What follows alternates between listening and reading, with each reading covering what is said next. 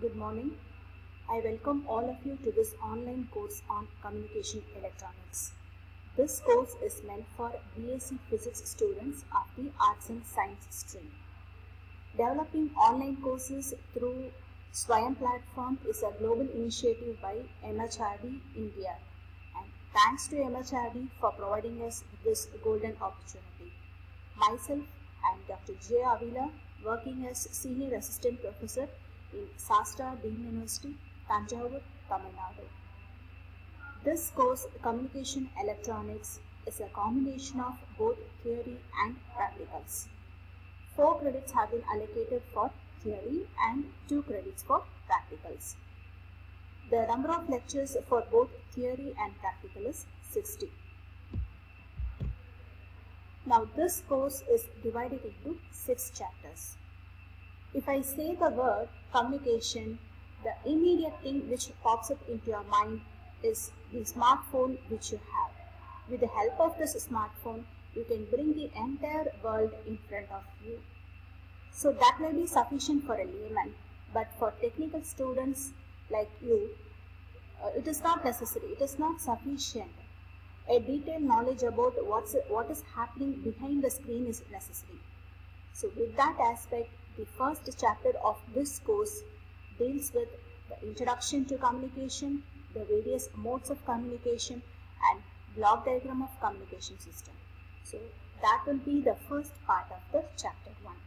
The second part of the chapter deals with frequency allocation for a radio communication system, not only in India but also around the world.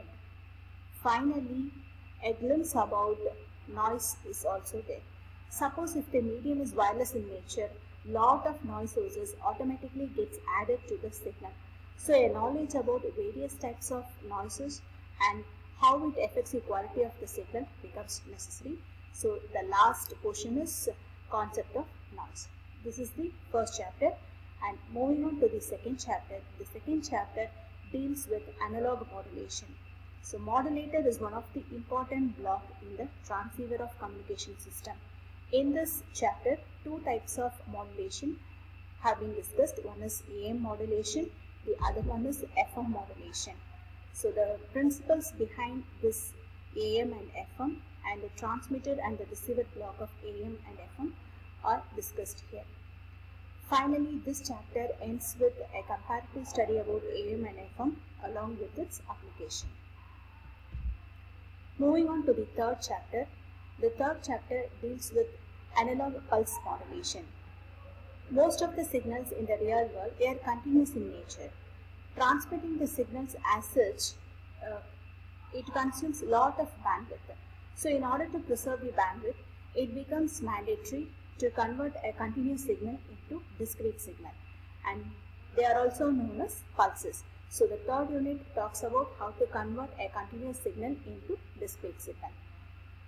And after converting the continuous signal into pulses, the next step is to digitize this, and it is the fourth chapter which deals with that. In addition, modulating it with different modulation schemes like ASK, FSK, PSK and DTSK is also discussed in fourth chapter. Moving on to the fifth chapter. Fifth chapter is satellite communication. Among the various types of satellites, the satellite which is meant for communication purposes is geostationary.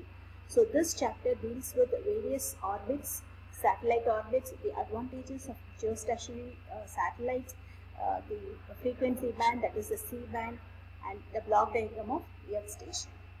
And the last chapter is about mobile communication, the important concepts in mobile communication, the cell splitting and the cell sectoring.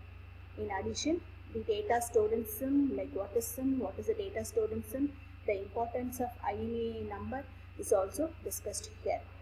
And finally, the last portion of this chapter is a discussion about various types of generations starting from 2G to 4G.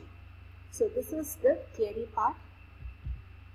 Moving on to the communication electronics lab. So totally there are 10 experiments.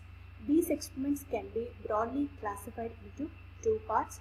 One is the analog part, the second one is the digital part. So with the knowledge gained in the second unit, the first 5 experiments can be done, that is modulating the AM signal and demodulation of the signal. Similarly, FM modulation and demodulation. With the knowledge gained in the 3rd and 4th chapter, the remaining experiments can be carried out. That is study about PAM, PPM, PWM and digital modulation schemes like ASK, FSK and PSK. So after the end of this course, the students may be able to have a clear idea about like what is communication, what is the significance of communication and how it is useful to the real world. Like for example, satellites. Satellites are involved in a lot of applications. One such thing which are very familiar is weather forecasting. So with the help of satellites, day to day the weather is forecast. The details about rain and storm and other things, we can predict those things. And the AM modulation, it is used to broadcast the TV signals. We are very familiar about with FM radio, and we are also familiar with the mobile. So thank you.